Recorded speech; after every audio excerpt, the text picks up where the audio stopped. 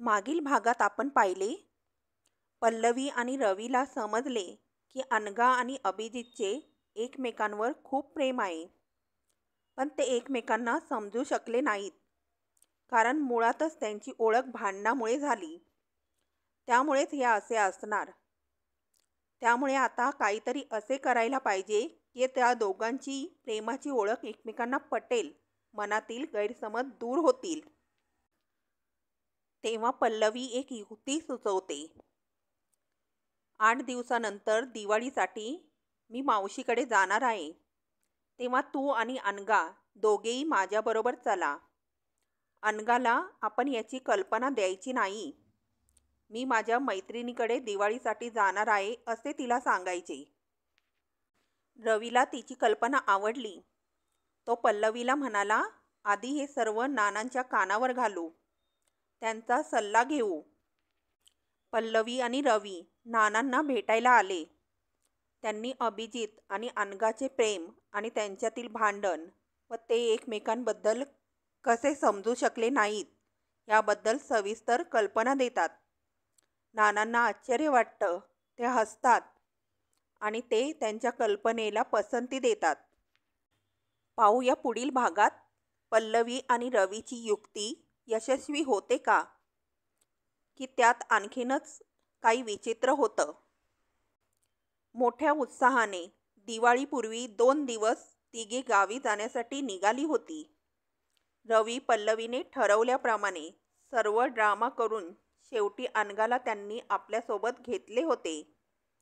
त्यामुळे पल्लवी आणि रवी आनंदले होते. गाडी अभिजितच्या गावाला पोचली. स्टँडवरून त्यांचे घर जवळच होते. थोडे अंतर चालून आल्यानंतर पल्लवी म्हणाली, ते पहा, ते निळे घर दिसते आहे ना, तेथेच जायचे आहे. अय्या, किती छान दिसते आहे ना ते घर. घराबाहेरची बाग सुंदर दिसते. तुझी मैत्रीण माझ्यासारखीच फुलवेडी दिसते, अनघा खुश होऊन म्हणाली. पल्लवीला हसू आले. तिने अभिजितला पत्रात लिहिले होते, अभिदादा, माझी मैत्रीण फुलवेडी आहे. मी लहान असताना तू नेहमी माझ्यासाठी गजरा करायचास. तसे गजरे रोज पाहिजेत हा करून. माझी मैत्रीण फार खुश होईल. तिने आपण कोणत्या गाडीने येत आहोत हे मुद्दामच लिहिले नव्हते. त्याला स्टँडवर पाहून अनघा तेथून परतायची. ए मावशी, पल्लवीने दार उघडण्यासाठी आवाज दिला. सरस्वतीबाई अगदी आतल्या खोलीत होत्या. त्यांना आवाज गेला नाही. अभिजित जेवून वाचत पडला होता त्याच्या खोलीत. त्याने पल्लवीचा आवाज ओळखला. घाईघाईने उठत तो म्हणाला, आई, अगं बाहेर ये, पल्लवी आली आहे. पुढे होऊन त्याने दार उघडले. त्याच्या पाठोपाठ त्याची आई तेथे हजर झाली. अनघा आश्चर्याने पाहतच राहिली. हा इथे? म्हणजे पल्लवीच्या मैत्रिणीकडे. पल्लवीच्या आधी हा येऊन ठेपला तर. अभिजितचा डोळ्यावर विश्वासच बसला नव्हता. हे स्वप्न तर नव्हे ना. आश्चर्याने तो पाहतच राहिला. ये पल्लवी, कालपासून तुमची वाट पाहत आहे मी. अगं पत्रात तू कधी येणार हे स्पष्ट लिहिलेच नव्हतेस. हेच ना ते रवी. नमस्ते. रवीने प्रतिनमस्कार करीत म्हटले, मावशी, ते आओ जाओ करू नका बुवा मला. फार संकोच वाटतो. अभिजितप्रमाणे मला समजा. वा, असे कसे? तुम्ही घरचे जावई आहात. आता तरी अभिजितचा मित्र आहे. तेव्हा ए रवी म्हणा, म्हणजे नंतरही सवयीने तसेच म्हणाल. सरस्वतीबाई आनंदल्या. अभिजितने सांगितल्याप्रमाणे मुलगा खरंच सुस्वभावी आणि चांगला आहे. अनघाकडे त्या पाहत म्हणाल्या, पल्लवी, ही तुझी मैत्रीण ना, भारी गोड आहे. अनघा संकोचली आणि त्याचवेळी अभिजितच्या पाकिटातील फोटो आठवला. फार साम्य आहे ह्या फोटोत आणि ह्या मुलीत. अभिजित पल्लवीला म्हणाला, पल्लवी, तू सांगितल्याप्रमाणे कालपासून गजरे करतो आहे. आलोच घेऊन. अभिजित आत गेला. जाईच्या फुलांचे केलेले भरगच्च गजरे घेऊन बाहेर आला. हे घे पल्लवी, पहा जमलेत का? वा, खूपच छान केलेस. पण ही रे कसली तुझी स्वागताची पद्धत? माझ्याच हातात दोन्ही गजरे दिलेस. माझी मैत्रीण काय म्हणेल? ती तर ह्या घरात प्रथमच येत आहे.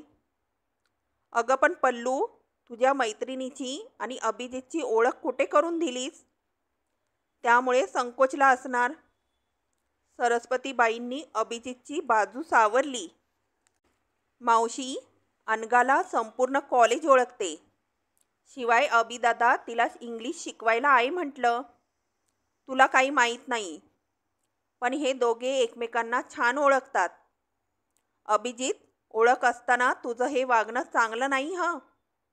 पल्लवी, दे इकडे तिचा गजरा, मी माळते तिला. त्यांनी पल्लवीकडून गजरा घेतला. अनघाच्या पाठीवर रुळणारी तिची भली मोठी जाडजूड वेणी पाहून त्या हरकल्या. किती ग छान आहेत तुझे केस, किती लांब आणि भरगच्च. मला फार आवडतात असे केस. तुला फार शोभून दिसतात. अनघा संकोचली. त्यांच्या ह्या बोलण्याने तिच्या आठवणीतील एक पाकळी हळूच उलगडली.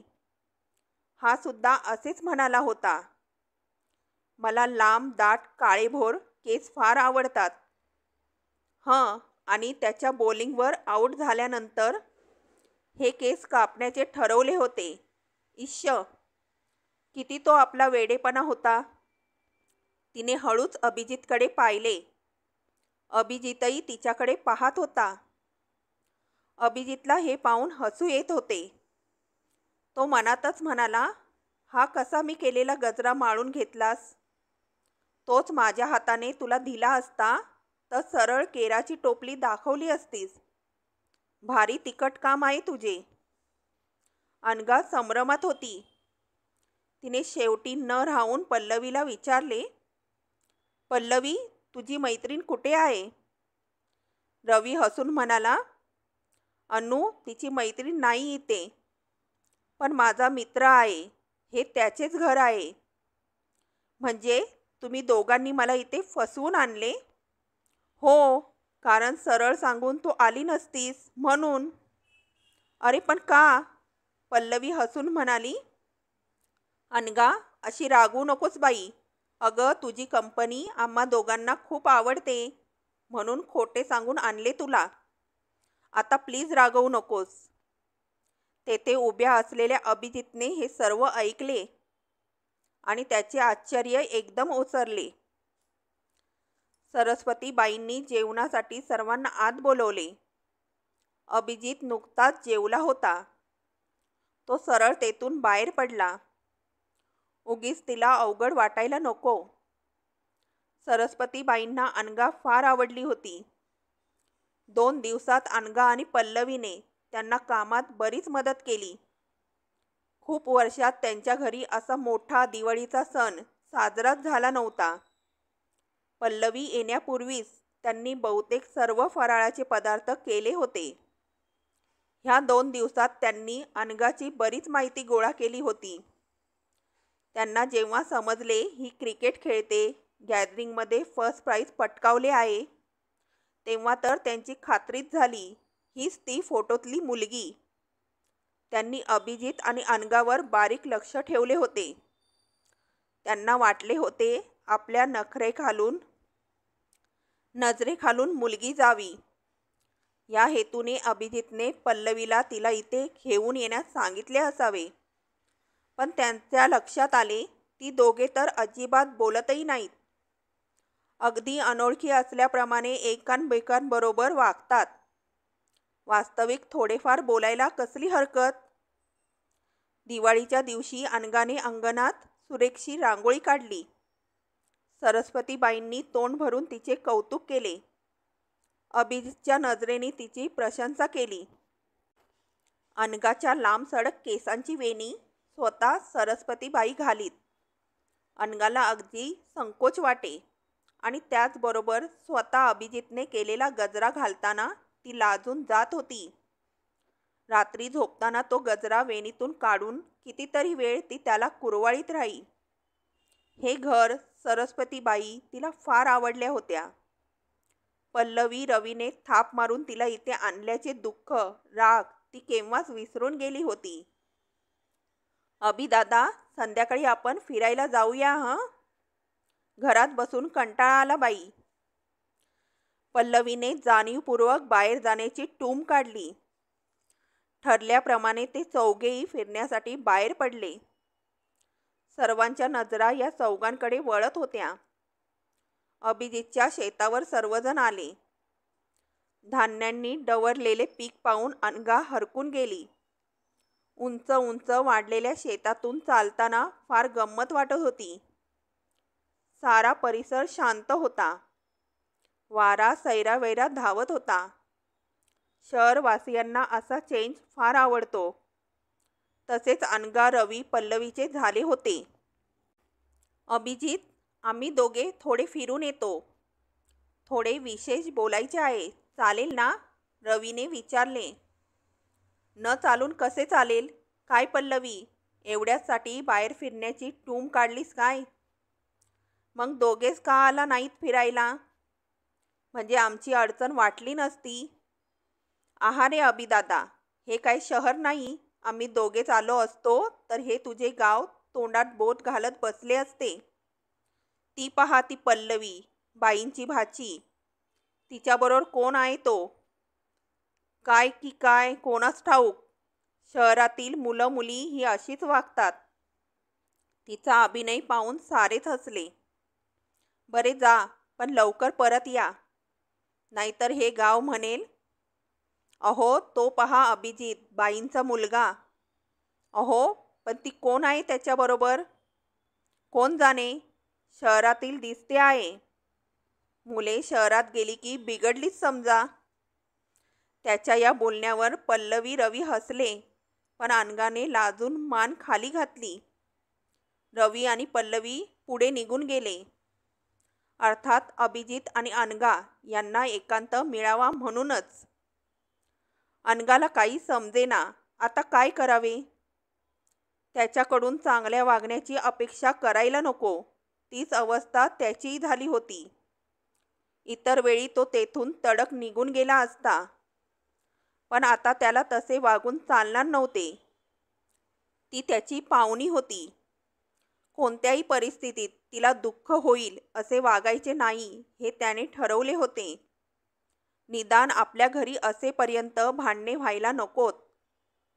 अभिजित थोडा पुढे गेला. मोठ्या झाडाखाली तो बसला. अनघाला काही समजेना. ती वैतागली, चिडली. पल्लवी आणि रवीवर. तोच अभिजित तिला म्हणाला, या ना इकडे, थोडा वेळ बसूयात. अनघाचा राग कुठल्या कुठे पळाला. ती थोडे अंतर राखून बसली. अभिजित आनंदला. तिने आपले ऐकले म्हणून. कोणी काय बोलावे, दोघांनाही प्रश्न पडला. शेवटी अभिजितने बोलायला सुरुवात केली. तुम्ही येणार याची मला बिलकुल कल्पना नव्हती. मी तर इथे येऊन पोचलो तरी मला माहिती नव्हते हे घर तुमचे आहे म्हणून. तुम्ही आलात, मला फार आनंद झाला. अनघाने नजर उचलून त्याच्याकडे पाहिले. हा खरे बोलतो आहे की खोटे? आमची पल्लवी तुमच्या घरी सर्वांना आवडली ना? होय, सर्वांना आवडली. ती आहेच आवडण्यासारखी गोड. रवी म्हणत होता, माझ्या बहिणीचे लग्न झाल्याशिवाय आमची एंगेजमेंट करणार नाही. तुमचे लग्न आता ठरल्यातच जमा आहे ना? कोण म्हणाले असे? रविदा? होय, रवीनेच सांगितले आहे. डॉक्टर अशोक तुमच्या घरात सर्वांना पसंत आहे. हे वर्ष संपताच लग्नाचा बार उडवणार. काहीतरीच. नाना मला विचारल्याशिवाय तसलं काही फिक्स करणार नाहीत. तुमच्याही मनात हे आहे ना? अभिजितने भीतच हा प्रश्न विचारला. माणसाच्या मनाप्रमाणे थोड्या सर्व गोष्टी घडतात. कधीकधी आपल्यालाही हवीहवीशी वाटणारी वस्तू, व्यक्ती हातातून केव्हा सुटून जातात तेच समजत नाही. तिचे हे गंभीर उत्तर ऐकून अभिजित बुचकळ्यात पडला. काय घ्यावा याचा अर्थ? तुम्हाला डॉक्टर अशोक पसंत नाही तर मग सांगा ना, कोणी दुसरी व्यक्ती तुम्हाला आवडली आहे का? पण ती मिळू शकली नाही. प्लीज सांगा ना. तुमचा हा खाजगी प्रश्न आहे, पण विचारल्याशिवाय राहावे ना. अनघा उदास हसली. याला कसे सांगावे? तो तूच आहेस म्हणून. हो, आणि सांगितल्यावर तो कसा आपला उपवास करेल? नकोच, याला आपले प्रेम कळायलाच नको. ती काही बोलत नाही हे पाहून अभिजित उठला. त्याचा उत्साह पार विरून गेला होता. हिला कोणीतरी फार आवडलेले आहे. कदाचित ती त्याच्यावरही प्रेम करीत असणार. या विचाराने तो बेचैन झाला. रवी पल्लवी आशा करीत आले. दोघांना एकमेकांची मने समजली असतील. त्यांचे दूरस्व संपून समेट झाला असेल. पाहतात तर दोघेही गंभीर उदासपणे उभे. पल्लवीने कपाळाला हात लावला. त्यांचा खटाटोप व्यर्थ गेला होता. सर्वजण घरी परतले. दुसऱ्या दिवशी अनघा जवळपास नाही हे पाहून सरस्वतीबाई पल्लवीला म्हणाल्या, पल्लवी, रवीची बहीण अनघा मला फार आवडली. सुंदर, सुशील आणि सुस्वभावी आहे. आपल्या अभिला अशीच मुलगी पाहिजे. किती छान दिसेल त्यांची जोडी. मावशीचे बोलणे ऐकून पल्लवी आनंदली. मावशी, एकूण सून पसंत आहे तर तुला? सून म्हणजे ग? त्या दोघांनी तसं ठरवलंय की काय? ठरवलेलं नाही, पण मावशी, ते दोघे पक्के वेडे आहेत. असे म्हणत पल्लवीने हळू आवाजात सर्व काही सांगून टाकले. सरस्वतीबाईंना आनंद झाला. अशी सुंदर सून मिळणार म्हणून. त्या दोघांचा तिढा ऐकून त्यांना गंमतही वाटली. म्हणे अभिजित मोठा प्रोफेसर झाला आहे. आता मीच त्याला शिकवते. नाही ह मावशी, तसे काही करू नकोस. त्यांचे त्यांना समजू दे. पण ज्याला कळत नाही त्याला समजावून द्यायलाच पाहिजे. अगं, लहान मुले कडू औषध पित नाहीत म्हणून का ते तसेच टाकून द्यायचे? साखर घालून ते कडू औषध गोड करून देतोच ना तो डोस मुलांना. एखादा डोस दोघांना द्यायला पाहिजे. दिवाळीचे दोन्ही दिवस फार मजेत गेले. दिवाळी यावर्षी 3च दिवसांची होती. त्यामुळे पाडवा आणि भाऊबीज एकाच दिवशी आले होते. अनघाने रवीला गमतीने विचारले, रविदा, भाऊबीज काय घालणार? 5 रुपये. मुळीच घेणार नाही मी. मला मोठी भाऊबीज पाहिजे. मोठी? 6 फूट उंचीची चालेल? 6 फूट उंच? काय रे? अनघाने आश्चर्याने विचारले. काही नाही, अगं तू म्हणालीस ना मोठी भाऊबीज पाहिजे, म्हणून आपली गंमत केली. जा पळ, तयारीला लाग. पल्लवी आणि अनघा मोठ्या उत्साहाने तयारीला लागल्या. दोघींनी छान रांगोळी काढली, पाट मांडला, आरतीची तयारी केली आणि त्यानंतर त्या स्वतः तयारीला लागल्या. दोघींनी एकमेकींचे हेअरस्टाईल केली. छानशा साड्या नेसल्या. त्या दोघींकडे पाहत सरस्वतीबाई म्हणाल्या, अगदी गंगा गौरीसारख्या सुंदर दिसता आहात दोघी. इकडे या. त्यांनी दोघींना आत बोलावले. दागिन्यांचा डब्बा बाहेर काढीत त्या म्हणाल्या, किती वर्ष झाली ह्या डब्याला हातही लावला नाही. आज तुम्ही दोघी घाला त्यातले दागिने. तुमच्यामुळे 4 दिवसात ह्या घरादाराला चैतन्य आले आहे. ह्या दागिन्यांनाही झळाळी येऊन देत. ह्या दागिन्यांना ही झळाळी येऊन द्या.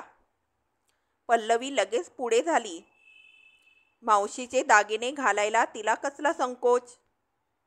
अनघा मात्र मागे राहिली. तिच्या मनातील भाव ओळखून सरस्वतीबाईंना ती स्वतःच्या हाताने अनघाला दागिने दिले. दागिने घालताना त्या मनात म्हणाल्या, एवढा संकोच काय मानतेस वेडे, हे तर सर्व तुझेच आहेत. सगळी तयारी झाली. अभिजित, रवी तिथे आले. अनघा रवीला म्हणाली, रविदा, बैस पाहू पाटावर.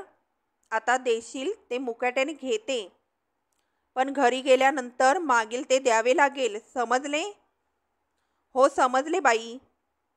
आज भाऊ लोकांची खिसे कापण्याची संधी दिली आहे ना तुम्हाला. तुमच्या हक्काचा दिवस. पल्लवी, प्रथम तू अभिजितला ओवाळून घे. त्याची भावबीज पाहून मीही तसेच करेल. गुरु करेल ते चेल्याने करावे. अभिजित पाटावर बसला. पल्लवीने आरती केली. सरस्वतीबाईंनी आरतीत घालण्यासाठी एक सुंदर साडी अभिजितच्या हातात दिली. अभिजित उठला. रवी त्या पाटावर बसला. तो अभिजितला म्हणाला, मारे गए गुरु, अब हम. आता या आयत्या वेळी कुठली साडी आणू? उगीच तुला पहिला चान्स दिला. मस्तपैकी 5 रुपये देऊन मोकळा झाला असतो. सरस्वतीबाईंनी चटकन आतमध्ये जाऊन तसलीच दुसरी साडी आणली. रवीच्या हातात ती साडी देत त्या म्हणाल्या, ही घे साडी. मी देण्याऐवजी तू दे. बिघडले कुठे? आणि गुरुप्रमाणे वागण्याच्या तुझ्या वचनाची पूर्ती होईल. रवीने साडी घेतली. अनघाने आरती ओवाळली. रवी पटकन उठला. सरस्वतीबाई म्हणाल्या, अभिजित, आता तू बैस पाटावर. अनघा, यालाही ओवाळून घे बरे.